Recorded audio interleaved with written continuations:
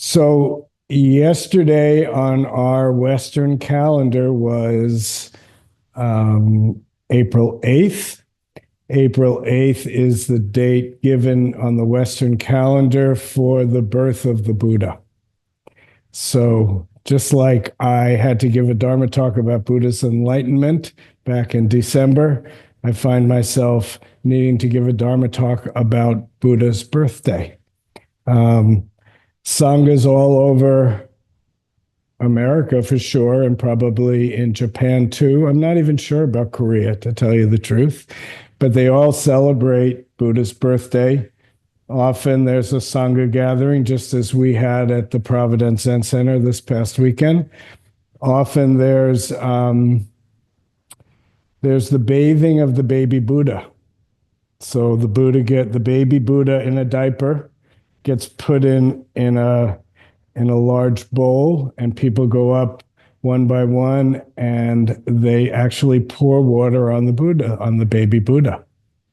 Often there are rose petals in the water, so that the baby Buddha is bathed in rose water. So, in a sense, it's a ritual. In a sense, it's a way for the Sangha to gather to celebrate something. But what? Often at this time of year, I'm left with the question, we're celebrating the Buddha's birthday, but what is Buddha?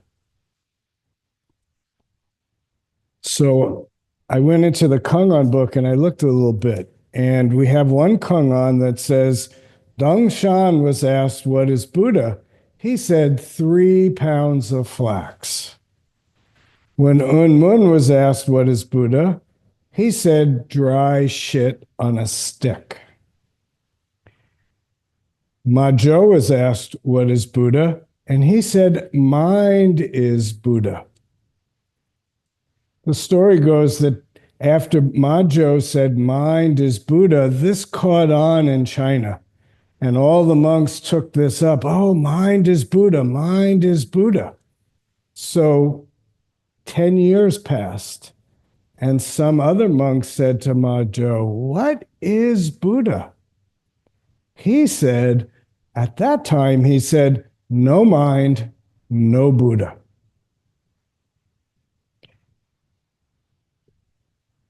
We have done some readings here at the Zen Center during retreat, and I've read from the teachings of Huang Po.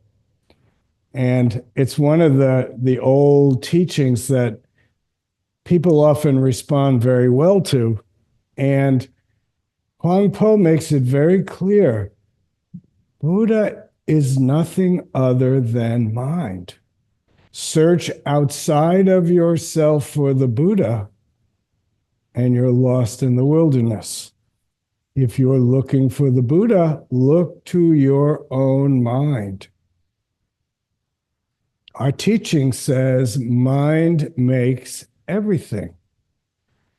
So is it mind is Buddha, or is it mind makes Buddha? Which one do you like?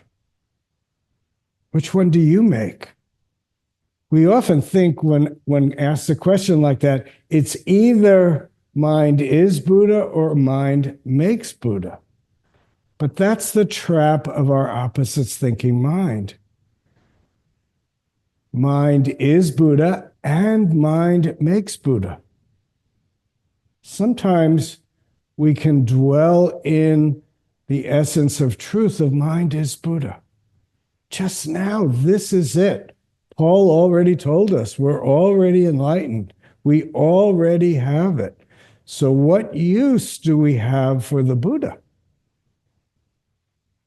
Sometimes we need to remember in this form world that we live in that there's a tradition. There's a myth, there's mythology. There are stories that help us understand who we are, where we're going, and where we've come from.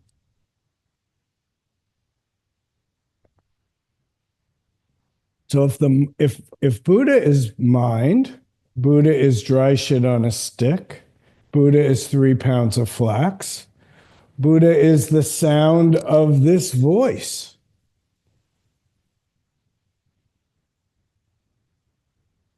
What does that mean? What does that mean for our lives? We're constantly going out of ourselves, looking for peace, looking for the right answer, looking for something. And the old masters are turning us back to ourselves. Don't look out there. Look back inward. Where is it? That the moment, where is that moment that the Buddha becomes alive? That's our practice. That's our search. Don't leave ourselves. Stay put. What is this? What am I? Everywhere we learn, the Buddha is all around us. If the Buddha is all around us, that means that we are Buddha. So, is Buddha born on your birthday? But where did that come from? So, no, maybe it was born on my mother's birthday, or maybe my grandmother's birthday. We don't really know. But if we can let go in this moment, we can come back to just now, cut everything off. Then Buddha is right here, right now. The light shining down from the ceiling. The camera capturing my view and sending it off onto the internet. 300 years ago, there was a monk in Korea. Many of you know this story. He was affectionately called Rock's Head. When Zen Master Seung Sahn wrote about it, he said he was very dumb. Likely what that means is he wasn't educated and his mind wasn't trained in critical thinking. He was a very simple man. But he had some light, some sense of the possibilities. So he became a monk and he entered the monastery. It said that he was too dumb to sit meditation. It takes too much intellect. So he was a working monk. You'll notice when you go to Korea, you'll notice some of the monks, all of them are trained in meditation. Some of them are meditation monks, some are chanting monks, some are administrative monks, some are work monks. Rock's Head was a work monk. He worked and worked and worked. He supported the Sangha. He supported the monastery with his work. The head Dharma teacher, the head monk said to him one day, "Working's not enough. You have to go talk to the Zen master." And he said, "What should I talk to the Zen master about?" And the head monk said, "Ask him what is Buddha." So Rock's Head was a monk. He followed his instructions. He went and talked to the Zen master. And he said, "Zen master, what is Buddha?" The Zen master responded, "Buddha is mind." But Rock's Head, he wasn't very smart. Maybe his ears weren't so good. So I don't have the Korean right in front of me, but he mixed up the Korean a little bit. And rather than hear Buddha is mind, he heard Buddha is grass shoes.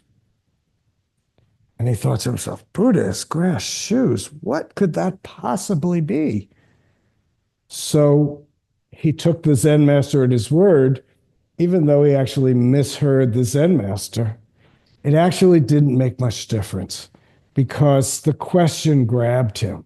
Buddha is grass shoes. And at the time, grass shoes is what he was wearing.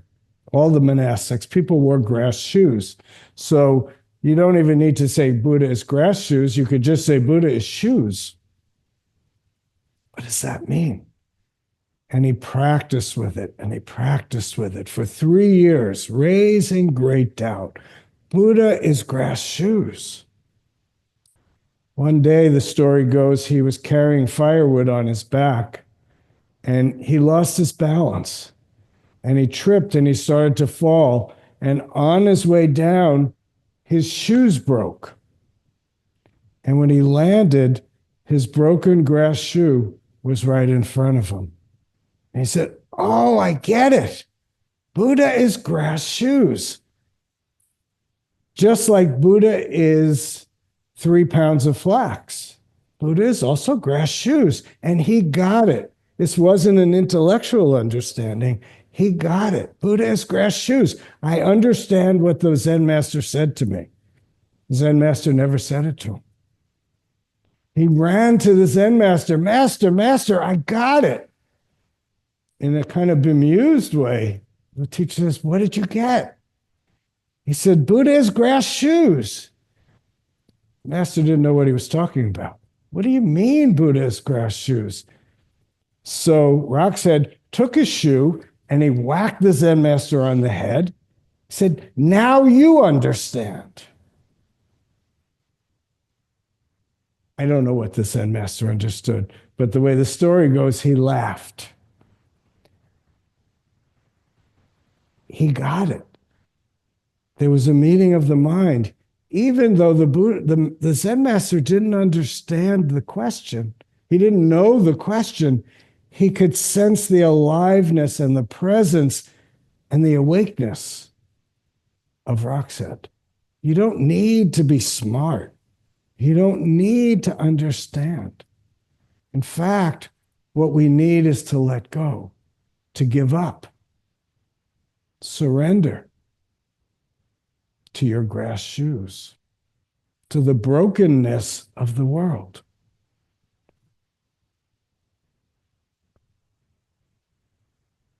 So on the other side of this equation, we have this human being who we now respectfully call Buddha. But the word Buddha means awake. So we're referring to him, Mr. Awake. But we human beings use myth and mythology to help us find our way. So there's an origin story in Buddhism, that there actually was this little baby that was born. And he was born into a wealthy ruling family in a palace. He was born into luxury. And the way the story goes, the mythology goes, is that Buddha's father, he was born into the Shakya clan, and his father was the king of the region. So his father said, "Oh, now I have a son. Now there's somebody to take over the family business." And the family business was ruling the country. So in a very, I would say, now watch out for me, I'm going to slant the story now, so be careful. And I say, I'm warning you because that's what we all do. There's a myth, and then there's the way we take the myth. So you're hearing my interpretation of the myth. I'm creating a myth for you to understand the essence of Zen and the essence of Buddhism. So the king, I don't know his name, let's call him Mr. Shakya. He said, "Wonderful, I have a son. My son will take over the kingdom. How can I train my son to be a great ruler?"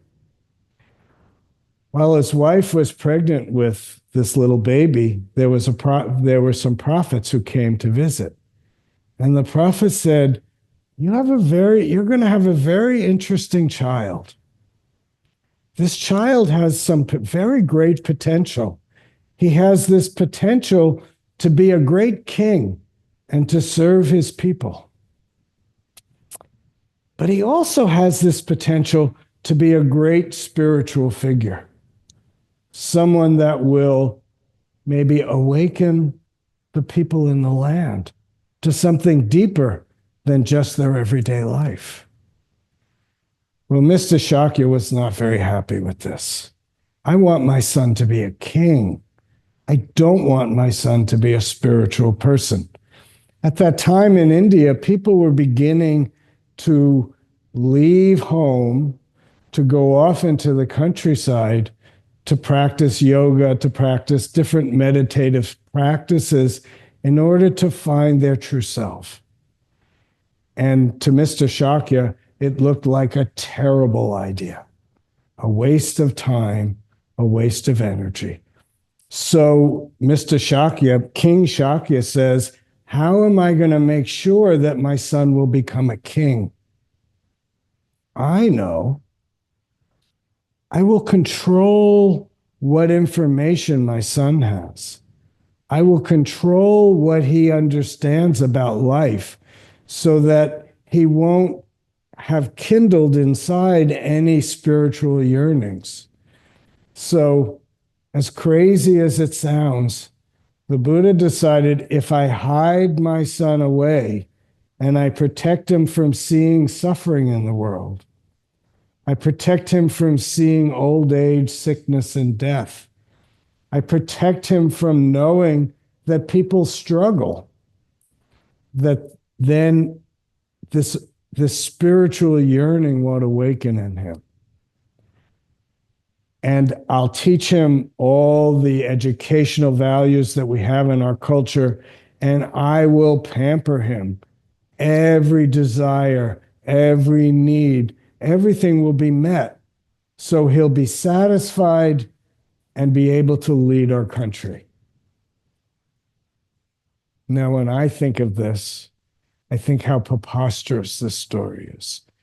I'm going to train my son to be a great leader by hiding the true life of the people. I'm going to train him to what? To be compassionate and caring about his countrymen by not letting him know how much they're suffering. So this actually worked pretty well for a while. The Buddha grew up from a young boy into a young man. He was educated. He had all his desires fulfilled. He had the best food. He had a wife. He likely had a concubine. He had a son. Now he had his little guy who he could train. But it didn't work. Something started to grow inside, some question, some wonder. So the story goes that one night he and his attendant jumped over the palace wall. And suddenly this young man, young Shakya, was able to travel the country and see what actually happened to the people, what their lives were really like, not the controlled, curated view that his father had been offering him for 25 years, 28 years of his life. And it blew his mind. So the story goes, one day he saw somebody sick. He left 4 nights in a row. He jumped over the palace wall.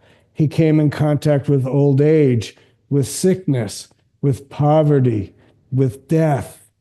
And he also met a mendicant, a monk, a monastic, somebody who had left home. And suddenly Buddha thought, this young Shakya thought, I need to go. I need to leave everything behind so I too can find some answers to these deep yearnings that he most likely had all along, but didn't even have a vocabulary to understand what they were.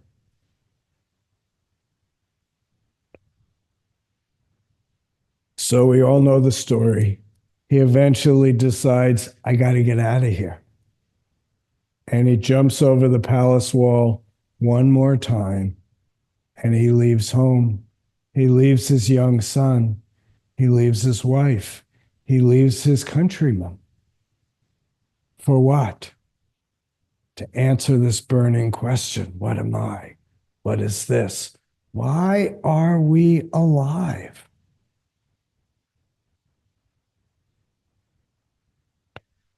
As I hear this story, I connect it to what happens to every single one of us.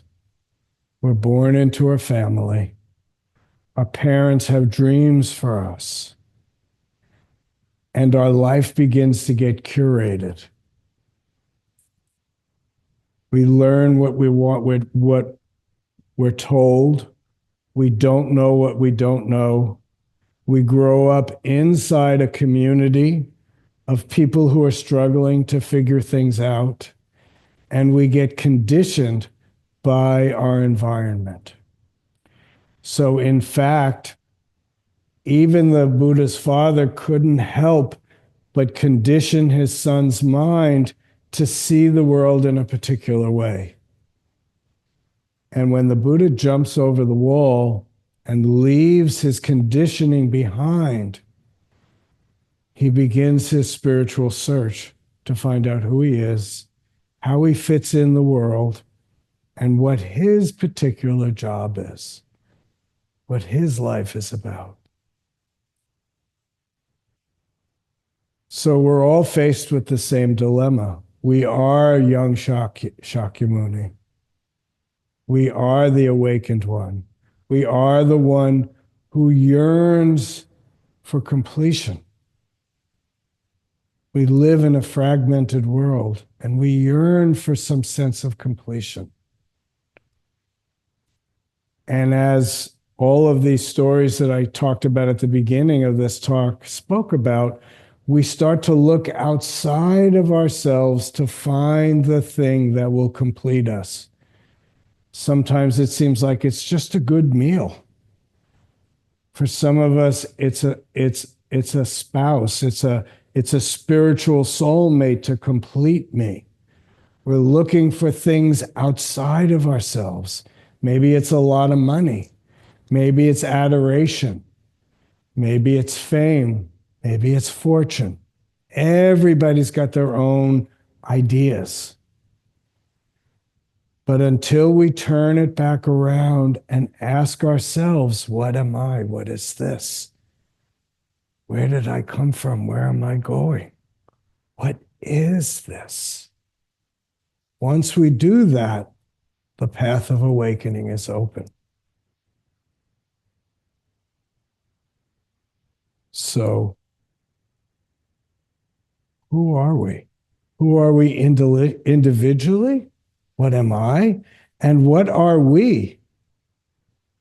You know, here in America, for many of us, we look out at our country now and we don't even know who we are.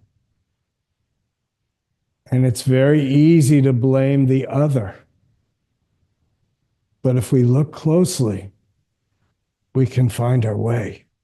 If we look closely, rather than turning away and trying to make it go away, if we can turn toward and find our way, each one of us has something to do. Each one of us has a path in front of us. You know, a few weeks ago, I gave a talk and I was talking about Zen Master Mangang. When he was asked, where is the Buddha Dharma? He responded, right in front of you.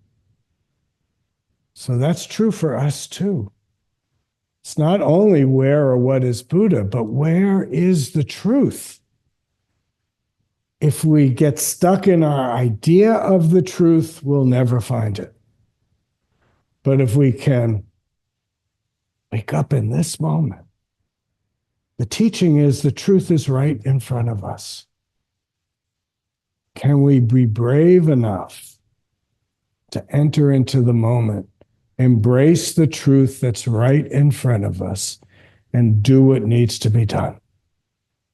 Nobody knows what needs to be done, but each one of us can find our way if we can clear our eyes enough to see. We don't understand because the information is there. We understand because we can perceive the world clearly. If we are Buddha, we are awake. The story of the Buddha's enlightenment is that he realized that he already had it. And not just him, it's true of all of us and all things. So as you travel this Buddha way, don't go far away. Stay right where you are. The scenery changes. The conditions of our lives are constantly in flux. But if we can slow things down and maybe use this great hit, stop time and space, everything is clear right in front of us. Use it with love and compassion and the great Bodhisattva way. Help this world. For me, suffering appears. For all beings, no suffering. There may be sadness, there's hurt. We can empathize, but we can also find our freedom right here